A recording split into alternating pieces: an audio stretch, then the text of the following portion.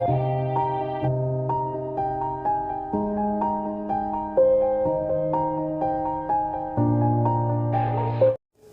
दोस्तों, आज हम लोग दर्पणों की पहचान करना सीखेंगे। देखिए, दर्पणों की पहचान दो प्रकार से की जा सकती है। पहला स्पर्श करके और दूसरा प्रतिबिंब देखकर। पहला जो तरीका है वह बहुत ही आसान है और जो दूसरा तरीका है वह बहुत ही इम्पोर्टेंट है। तो देखिए, पहला तरीका स्पर्श करके, अंग्रेज़ों की भाषा में बाई टचिंग। देखिए, इस विधि द्वारा छोटी वक्रता त्रिज्या वाले दर्पणों की पहचान की जा सकती है। यानी कि जो छोटे दर्पण रहेंगे, मतलब बहुत बड़े नहीं रहने चाहिए, और बहुत बड़े रहेंगे तो आपको बहुत बड़ा पैमाना लेना पड़ेगा, उसके लिए त्रुटि भी हो सकती है। इसलिए छोटी वक्रता त्रिज्या वाले दर्पणों की पहचान की जा सकती है। इसके लिए दर्पण के ऊपर लकड़ी का एक पैमाना रखते हैं। यदि पैमाना दर्पण को सभी जगहों पर स्पर्श करे तो दर्पण समतल दर्पण होगा। देखिए, आपको आपके पास एक दर्पण है और आपको पता भी नहीं है कि वो कौन सा दर्पण है, तो इसके लिए आप एक लकड़ी का या कुछ एक लकड़ी का पैमाना लेंगे। जरूरी नहीं कि लकड़ी का, वो कुछ भी हो सकता है। और आप उस पैमाने को दर्पण पर रखेंगे और अगर पैमाना दर्पण को सभी जगहों पर टच करे तो वो कौन सा दर्पण होगा? समतल दर्पण होगा। और अगर पैमाना दर्पण को किनारों पर स्पर्श करे तथा बीच का भाग दबा रह जाए तो दर्पण अवतल दर्पण होगा।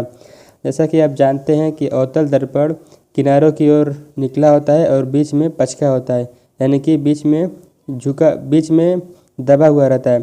तो जब किनारे की ओर निकला है तो जब पैमाने को आप दर्पण पर रखेंगे तो जिधर निकला है उधर ही टच करेगा और आपको उससे तुरंत पता चल जाएगा कि दर्पण अवतल दर्पण है। और पैमाना दर्पण के बीच के भाग को स्पर्श करे तथा किनारों पर उठा रहे तो दर्पण उत्तल होगा। और उत्तल दर्पण बीच में क्या रहता है? उभरा हुआ रहता है और किनारों की ओर मुड़ा हुआ रहता है।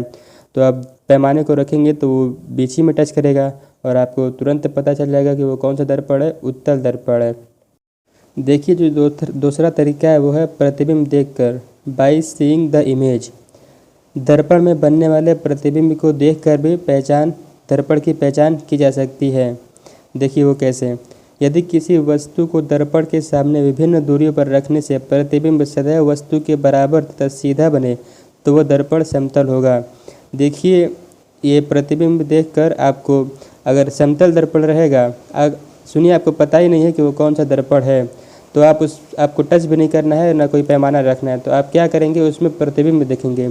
अगर सभी दूरियों पर वस्तु को रखने पर प्रतिबिंब जो है हमेशा वस्तु के बराबर और सीधा बनेगा तो वो कौन सा दर्पण होगा? वो समतल दर्पण होगा।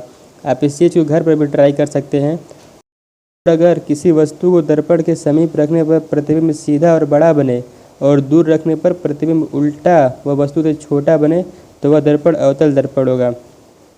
यानी कि आपके पास कोई दर्पण है और आपको पता नहीं कि वो कौन सा दर्पण है, बिना टच किए आपको उसको जानना है, तो आप उसमें प्रतिबिंब देखेंगे।